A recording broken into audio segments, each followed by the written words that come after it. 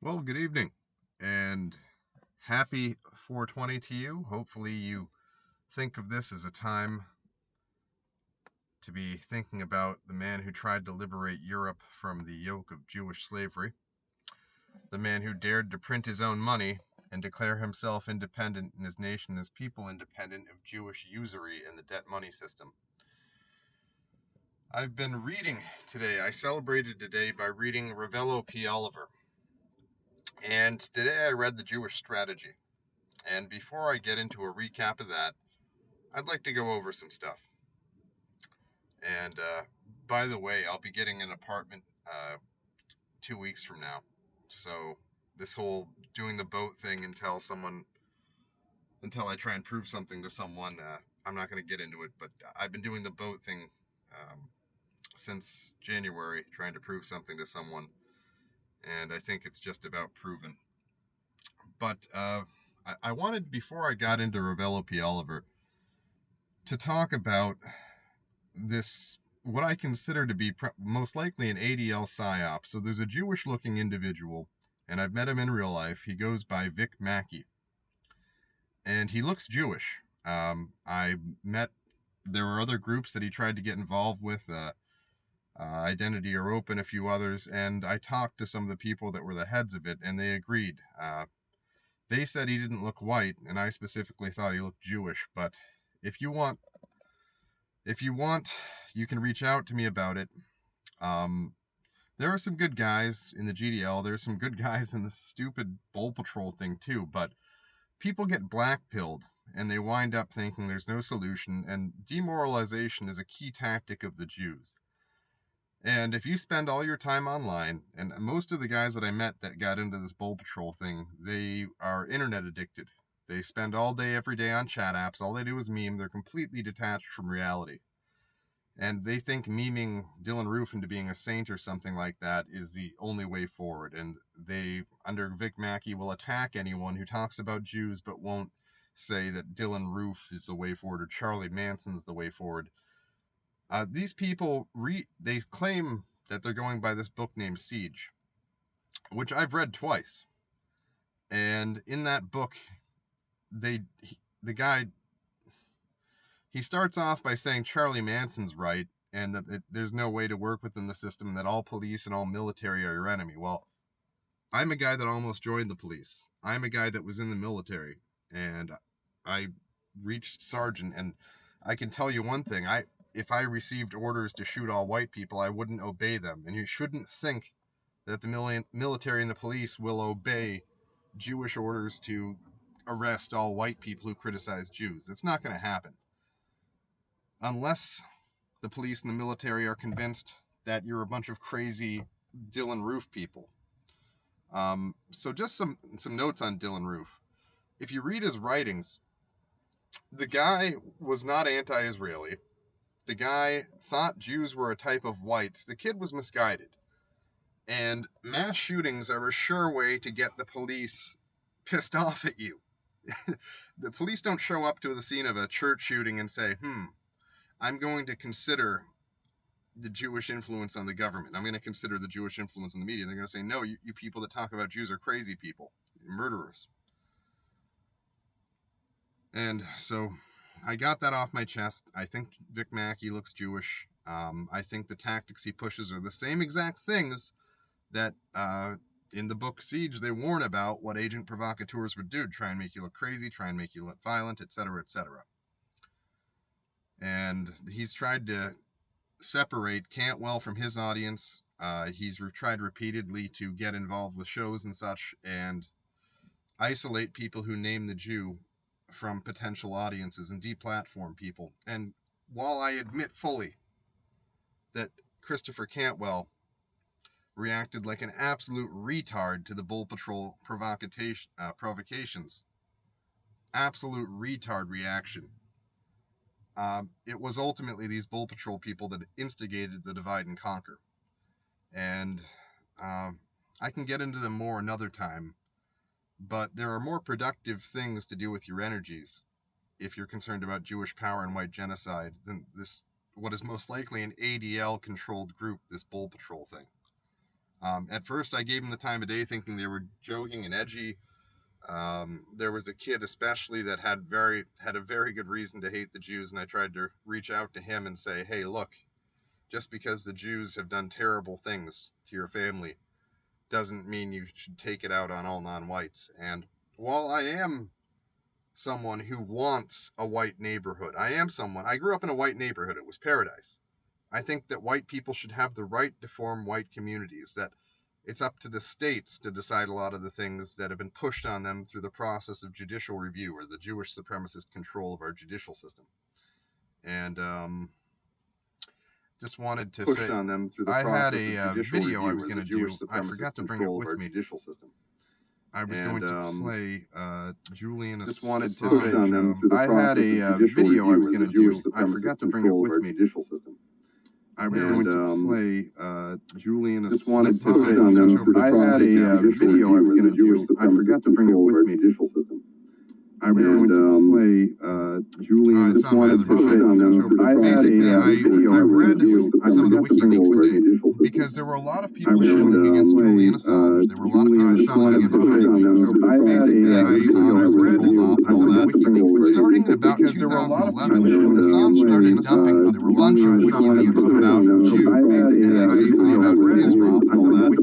Starting in about 2011, Assange started dumping a bunch of WikiLeaks about Jews and basically about Israel and all that.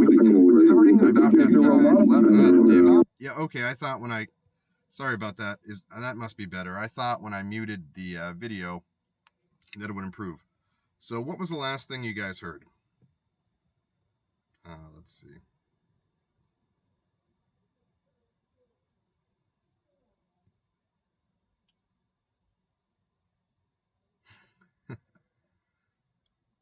Okay, what was the last thing that you guys... Okay, so I went back and looked at the WikiLeaks, because there were a lot of people saying, "Oh, Julian Assange is controlled op, and he's not a true white nationalist and all that." Well, what Julian Assange did was destroy the Jewish narrative in the news. He absolutely destroyed and derailed Jewish plans for 2018, or 2016, 2017, 2018. He completely derailed. There would be U.S. troops most likely on the ground or doing airstrikes nonstop in Syria until Assad was no longer able to protect his people from genocide by Jewish-backed ISIS. Assange is the reason why Assad withstood the Jewish assault, why Russia didn't get drawn into a huge war over Syria. Assange is the savior of millions of people's lives. And you need to recognize that. Just because someone isn't quite as hard as you in your beliefs doesn't mean you should alienate them. Julian Assange challenged the Jewish deep state, and they're shitting their pants now because the Goyim know now. He took the mainstream media's pants and pulled it down around their ankles. So that having been said, I was going to get back to the point. I grew up in a white town. I want to raise my kids in a white town. I want Europe to deport all of the non-Europeans. I don't think that, this whole UN concept of white countries have to take infinity immigrants should be a thing. It's obviously a plan for genocide. America, we didn't evolve here. There were white people here before the people crossed over the Bering Straits, that's true, and they were genocided by the Mongoloids, but we're not Europe. And I think restoring the 10th Amendment and getting rid of the Jewish concept of judicial review, which completely unbalances our constitutional government and destroys the Constitution and gave us all sorts of things that told the states they couldn't do things they want to do, I think resolving that could resolve a lot of things. Now, maybe there isn't a peaceful solution. Maybe the non-whites will be incited to commit genocide for the Jews against the whites. Maybe that's unavoidable, but I'm still trying. And Hitler tried also. He did outreach to the Arabs. Hitler did outreach to the North Africans. Hitler did outreach to Africans. Hitler did outreach to the Asians. He tried to make a coalition once war was unavoidable, once the Jews had initiated World War II. He tried to build a coalition to liberate the world. Yeah, and Aqua Chiron just said Jews hate non-Jews, period. That's true. And now I want to get into how I celebrated Hitler's birthday today. Hitler was a champion of freedom, and so was Ravello P. Oliver. Ravello P. Oliver was the head of cryptology at the OSS, which is the predecessor of the CIA. This is official government record. Ravello P. Oliver, they call him a white supremo sandwich neo-Nazi now, if you look at his Wikipedia. He was the head of cryptology for military intelligence for the OSS. He was given awards, exemplary service. So this man isn't a conspiracy theorist. This man was the top of the food chain for military intelligence. Absolute top of the food chain. And he spent 20 years after World War II trying to dog whistle about Jews. He called them communists. He got suckered by a group of Jewish oligarchs that were funding Welsh, who was running the John Birch Society.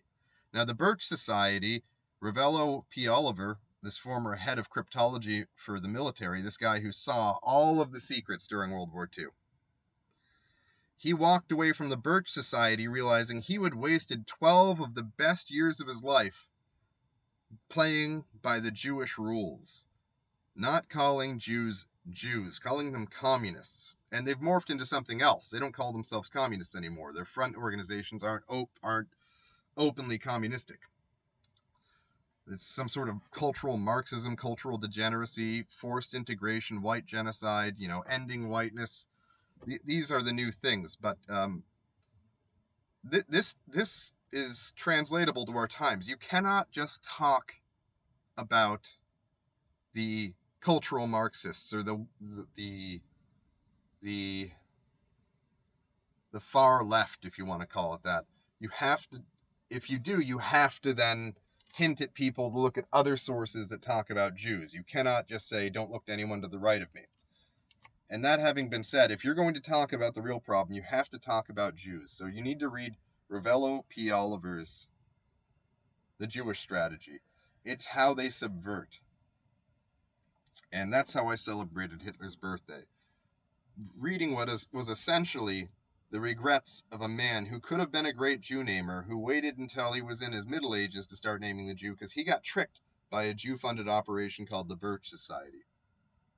If you want freedom, if you want to stop the Jewish racket of organ harvesting, the Jewish racket of international wars to expand Israel, if you want to stop the genocides against white people, against the Palestinians, if you want to see sovereignty maintained in Japan or any other country that isn't Israel, you have to name the Jew eventually, or lead people to people that are naming the Jew.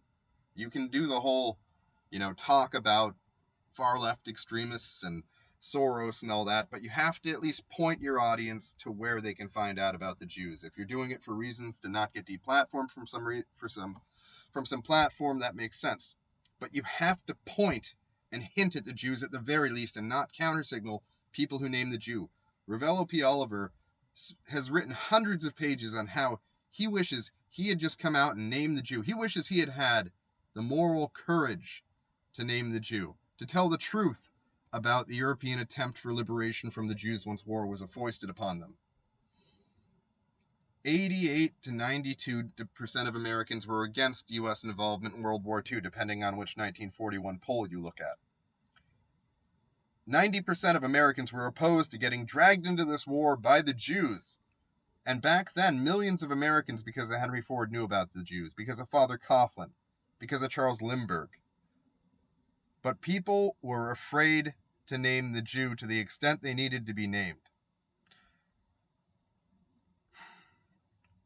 And I do have to get going now. I have to get back to what I was doing on board. But there's no way out of this without removing Jews from power. That has to be a primary goal. There is no working with Jews. In Ravello P. Oliver's book, he talked about Judaism as an evolutionary strategy 10 times better than Dr. Kevin MacDonald. It's only 101 pages, 10 times better than Dr. Kevin MacDonald's take on the Jewish evolutionary strategy. You'll learn how Jews have infiltrated religions and different groups to subvert, cause division, and open places up for Jewish subversion where the Jews had formerly been expelled. You're going to learn how the Jews have completely taken control of this country. And after you read that, you should read America's Decline by Ravello P. Oliver, where he talks about all of the Jewish sabotage and subversion of America to get us into World War II. Franklin Delano Roosevelt's communists that he had in the White House. The naked support for the USSR when most Americans were mortified by what the Jews were doing in the USSR. And if you're a National Socialist, if you love Adolf Hitler, you have to also look at everyone who has ever fought the Jews. The Egyptians fought the Jews. The Greeks fought the Jews. In Ravello P. Oliver, you'll learn how the Greeks tried to curtail Jewish power, but the Jews wound up owning over half of the Roman Senate when they were occupying Alexandria. You're going to see original translations from papyruses from 50 and 150 AD, where the Greeks of Alexandria are begging the Romans to do something about the Jews that keep on causing riots. They were doing the equivalent of communism back then, egalitarianism, trying to destroy societal institutions. They started cults even as far back as ancient Persia, ancient Babylon, and subverted these places. I'm talking 250 centuries ago. The Jewish tactics have not changed. And we are target number some hundred and something. They have destroyed hundreds of civilizations, hundreds of host countries, and they've always gotten the conquering people to think that they owe the Jews something. When the Persians conquered Babylon, it was the Jews that opened the gates, and then the Persians felt ingratiated to the Jews and then gave them special privileges, and then the Jews rotted Persia from the inside out. It was the same thing when the Romans came into the Middle East. The Jews helped the Romans take over some different kingdoms, and then the Romans felt ingratiated. Before you know it, there was a Jewish colony in Rome so big that they completely owned the Senate by the time of Augustus Caesar. Yeah, Octavius. They already owned the Roman Senate shortly after the death of Julius Caesar, and they were powerful even at the time of Julius Caesar. You're going to learn incredible things. You'll be able to recognize patterns in Jewish history, and right now, what I need to find out, and what I'm going to research next after I continue to research Russia, is I need to find out about China. The Jews have been attempting to establish a subversive network and control of China since 150 AD. The first Jewish colony in China failed, the Chinese forced them to integrate, and the Jews lost their cultural identity. The Jews have only been active in China as an identified people that still had their identity since about 150 years ago after the Opium Wars. Currently, the Jews are doing all sorts of favors for China, making sure all of the European and American and Australian industry is shipped off to China, making sure that China gets all of our military secrets, etc., etc. And the Chinese would be fools not to accept all of these gifts from the Jews. Absolute fools not to, and I don't blame them. The Jews are to blame. The Jews are absolutely to blame for all of this stuff being leaked to China. Now, what we need to figure out is how much control the Jews have there. How big is their colony? I've read there are only 3,000 Jews living in Shanghai, which has traditionally been the place where the Jews flocked. There were 40,000 Jews in Shanghai during World War II, by the way. We need to figure out whether or not there are Chinese that know about the Jews. And if there aren't, we need to start sending people over to China with all of these different works showing the Chinese not to be tricked. If they're trying to do the Chinese favors right now at our expense, it's to establish power in China so they can subvert China and hollow it out and kill it from the inside like they've done to a large extent to Europe, the United States, Australia, all the former colonies. So that's my next research project. If you're willing to help me in my research project, and I've read like 20 books in the past 2 weeks researching this Russia thing and researching Jewish subversion throughout history, and that's why there's been a lull in my activity. If you know anything about Chinese that are woke to the Jews or have spoken about them, I've researched Japan. I know that in the 60s, Jew naming peaked in Japan. And it's been on the decline lately, and the Jews have succeeded in setting up a subversive guest worker program in Japan. But I need to know about China, because that would be the next empire that they need to take control of. And if you have anything, send it to pat@littlerevolution.us. And just before I go, my financial situation may not permit me to continue to run. I've taken in almost as many donations as I've spent on this campaign, but due to my personal financial situation, I might have to call off this run for the presidency. I was 95% sure there was going to be a huge army of Jew-naming candidates and someone much better than me, some former CEO of a company or someone big from the acting industry, like a modern-day John Wayne, that was going to be willing to step forward and take my place running against Trump. He hasn't showed up. So I might have to step down from this candidacy. I'm not in a financial situation where I think I can run. I've run the math on going to the different military bases, and most of the people who are Jew woke and who will donate to the campaign don't have the money that would amount to what I would need to get this campaign done. And the last thing I want would be to hit the road and then get stuck for lack of money in a bus or an RV that gets 8 miles or 10 miles to the gallon in between military bases or in between campaign stops. So I may have to call off my presidential run. Finances are not permitting. I spent a great deal of money and I forewent a whole bunch of income during my activism, and I'm now in debt. And I might have to dig myself out of this hole financially without continuing to run. And there's nothing we can do about that. Resources are limited, and there are a lot of people now that are doxxed, and I don't know if we can sustain me as a candidate. I was hoping that Dr. Duke would run against Trump, GOP, but we'll see. Also, if you know the guys over at Goytalk or over at Vanguard, and you have any evidence of Jewish control of this Dylan Roof cult, this Bull Patrol thing, send it over to them. If you've met Vic Mackey and you also think he looks like a Jew, send that information over to the guys at Vanguard and Goytalk. These roof morons have been trying to get people to infight based off from what could be at the very best described optimistically as retarded levels of autism. But what I think is more likely what it looks like, which is mirroring the 1970s and 1980s Jewish infiltration of groups and the subverting of them to make them look like violent psychopaths. So, that having been said, happy birthday to you, and don't forget to name the Jew to everyone you care about. Whatever level of Jew naming you think you can do to them, even if you have to dog whistle it first, try and do it. If you care about them, they need to know about who's destroying our countries, who's setting the world up for a giant war in the Middle East to take down Persia. And read your WikiLeaks. I read my WikiLeaks today. The leaked Hillary Clinton emails where she was talking about getting us to completely destroy Assad in Syria, and how she was talking about memos from Israel, and she was using these as her belief system, and these were the decisions that were reached by Kerry and her when they were Secretary of State. These were the decisions that granted $12 billion worth of aid to Saudi Arabia that then gave a large percentage of that to ISIS.